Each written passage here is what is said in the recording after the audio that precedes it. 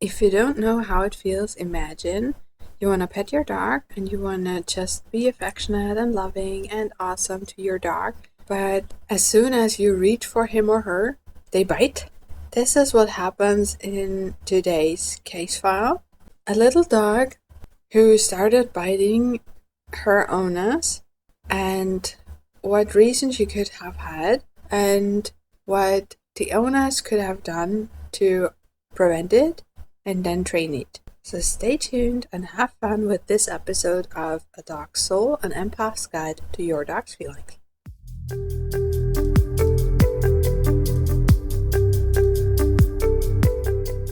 Alright, we're going to talk about Naeli today. Naeli was a little Pomeranian mix. She was a very small dog. She came to the family through some friends. It wasn't really a rescue. It was just friends who had the dog and didn't want it anymore, or couldn't keep her when they moved, something like that. And the new owners were living in a house with their mom. So it was 3 adults, and one of them was an elderly woman. And they always had dogs, so they were not new to the experience, and everything went pretty well with Naeli in the beginning. But then there were incidents happening, and it was almost always with the elderly woman. Whenever she tried to pet Naeli, she would bite. And at first it was just a snap in the air, and it was nothing bad or anything. I mean, bad emotionally, but not in a hurtful way. But it became more severe until she drew blood, and the whole family became really concerned about this, right? Because the mom was older, and they were concerned about infections. They were concerned about the mom not feeling safe in her own home, and they themselves were also a little bit concerned about living with a dog who would bite, right? And even in a small dog, this is something that it's troubling.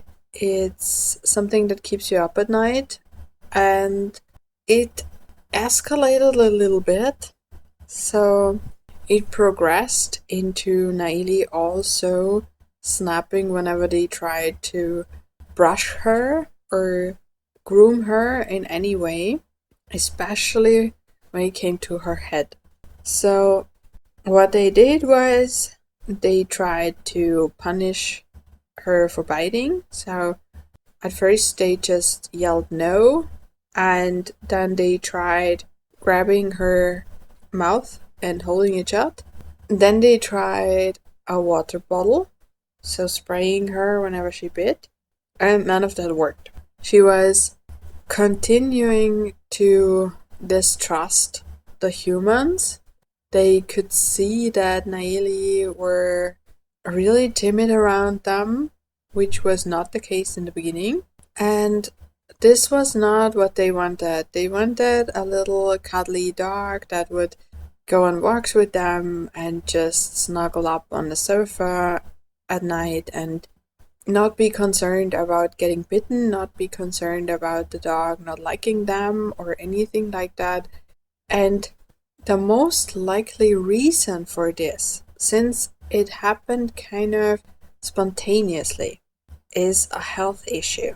Now, with the grandma or the mother reaching toward her head, that can also be that it's just very impolite and that Naeli just didn't feel safe enough in the home yet so that she could tolerate that. Or she could not tolerate it because she never learned that humans sometimes are impolite to dogs, but it's not ill-intended, right? But the other things that have worked before but started to become an issue, like the grooming thing, that is a red flag for health issues. Now, it doesn't have to be, but whenever something changes drastically, spontaneously, the first idea should be a health check, and a very thorough health check. because sometimes it's not a very obvious thing, right? And if you go deeper, it's obvious. For her, since it was located intensely on her head, the first idea would be to just go to a vet and ask the vet to check the teeth and just do a normal exam. And if it is something painful and Naeli is not completely frozen at the vet, it might turn up in an exam. Now, there are dogs who are completely frozen at the vet and would not show any signs of pain, and those are difficult. Those are very difficult for the vet to really find the cause of what's happening. And sometimes those are the stars in the vet practice because they are so well behaved, or they are as seen as well behaved, while they're actually not. It's not that they are bad or anything, they are just frozen in fear. And if a dog cannot show what's wrong with him, how can a vet really find out easily? I'm sure there are still things a vet can do. I'm not a vet, so I will not go into any details because I don't know. It's not my area of expertise. But when we see that there is something wrong only in behavior, we might need a vet who is also specialized in behavior, and that is a vet behaviorist. Now, those are special vets who have an additional education in behavior, and they are still kind of rare, but working with them in cases like this is really, really awesome. And I think this is something that this family can explore. In those appointments, there is a really thorough assessment of the behavior and possible medical causes. And in my experience, what can happen is either a cooperation with a trainer like me, who addresses the behavior issues on a training level. So a thorough behavior consultation and a plan and all those great things. What can also happen is the vet behaviorist could ask them to try a medication to see if that makes a difference. If an exam is not conclusive, that could be another option.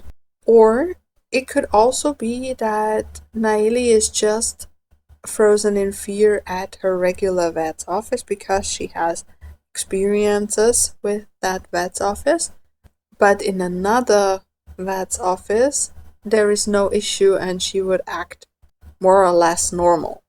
That could also be a recommendation. Very often the recommendation is for a specialist, because the vet behaviorist can narrow down what this is all about a lot better than a regular vet or a trainer can, and send them to a specialist. For training, in Naeli's case, the most important thing would be management. So not giving her any chance to practice this behavior. That means preventing any situations where Naeli could start biting again.